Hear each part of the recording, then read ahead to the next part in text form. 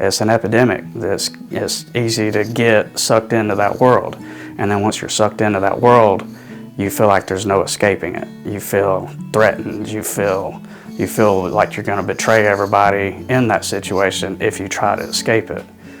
So there's a lot of excuses to stay in that situation. But then lucky for me, I was smart enough to look around and realize that I now had friends dying. I had people that were ending up in the hospital. I had friends that were going to prison. I had friends that were ending up in the news, and I was scared. I did not want to be that person. My name is Kerry Griffith. I'm from Rainbow City, Alabama, and I'm studying mechanical engineering at Gadsden State Community College. I feel like a lot like most people in Gadsden, they feel like there's not enough opportunity here when they first get out of high school. So one of my biggest goals was to try to find some work traveling and be able to support myself. So I did. I went out on the road and began as a traveling millwright and was working in power plants and working 80 to 100-hour work weeks, but I was making good money. When I would go to work, people were noticing, my coworkers were noticing how tired I was becoming and that my performance was beginning to slack off. And so they introduced me to drugs and, hey man, this will help you keep awake, try this. And what became a recreational thing eventually over time became a habit. And then next thing I knew, I was addicted, but I didn't know that I was addicted. I didn't believe that I was addicted. I thought, man, I can stop this anytime I want. And then came the time where I had to stop, and it was really hard.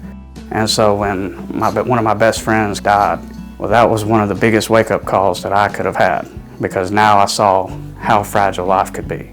I knew that we were only here for a certain amount of time, and that's not how I wanted to live anymore. I knew that I was going to have to begin working, and it was going to take years of work to crawl out of the situation that I was in. And everybody thought I was crazy for trying it. First thing I did was I quit everything, cold turkey. As painful, as hard as it was, I just suffered through it. It makes you sick. I mean, it feels like you're dying. But everything I had researched up to that point told me that I was not going to die, not detoxing from drugs. And so I stuck with it. I just put my mind to it, and finally I was clean. Now you have to approach society, and they're looking down on you like, they don't trust you anymore. And so now you have to rebuild those relationships that you destroyed over years of doing the drugs. As long as you are actually trying to stay clean and not relapse, there's a good chance that people are willing to help you get out of the situation that you're in.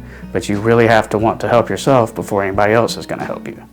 My grandparents were, even though I had done horrible things to them, one time I had stole change out of their change jar, and I mean hundreds of dollars, just whatever I could get. Stole scrap metal out of their yard, just anything I could get to support my habit. And I wish I could go back and take that back, but even through all the stuff that I did, they still, when I cleaned up, when I first came back to Gadsden State, they opened up their house to me, gave me a place to stay, and was able to help me get through this experience going through college again and as a non-traditional student.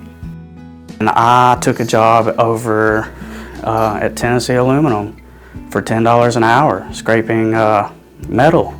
It was a miserable job, and it was no pay, and I had to swallow my pride and take anything I could get. I was doing whatever I could to make some money.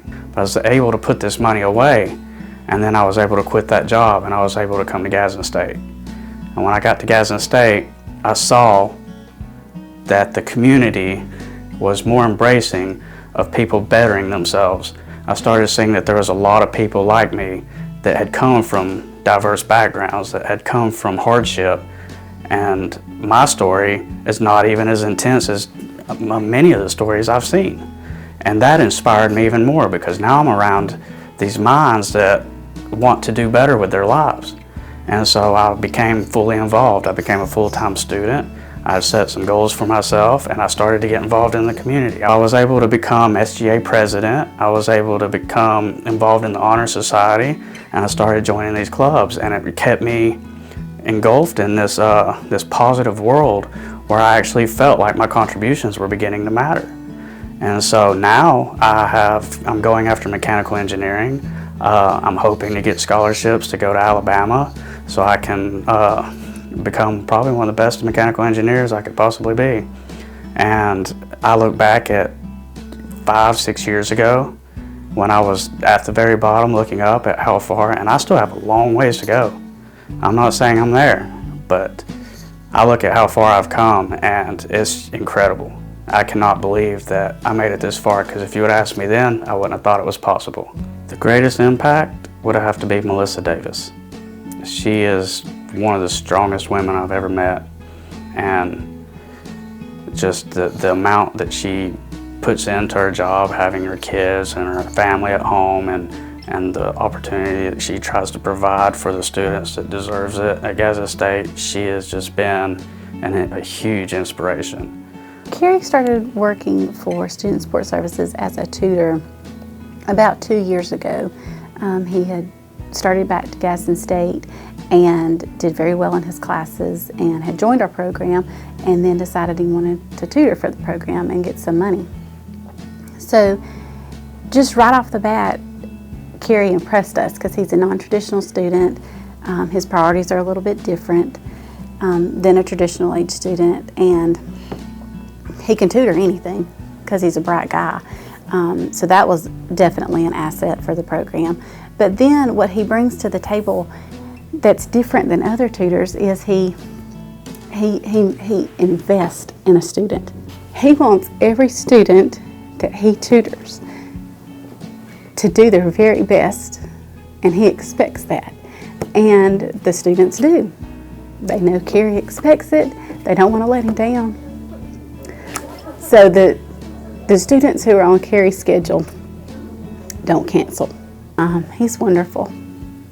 By becoming more involved in the school, I started making relationships with friends, people that were in my classes. I actually saw people that were embracing my story and what I told them, and I could see them becoming more motivated, because here I was trying to be more motivated, because I was trying to do the best and make the best out of my investment in education, and they too wanted to be like that. So they didn't realize they were helping me by motivating me to try harder.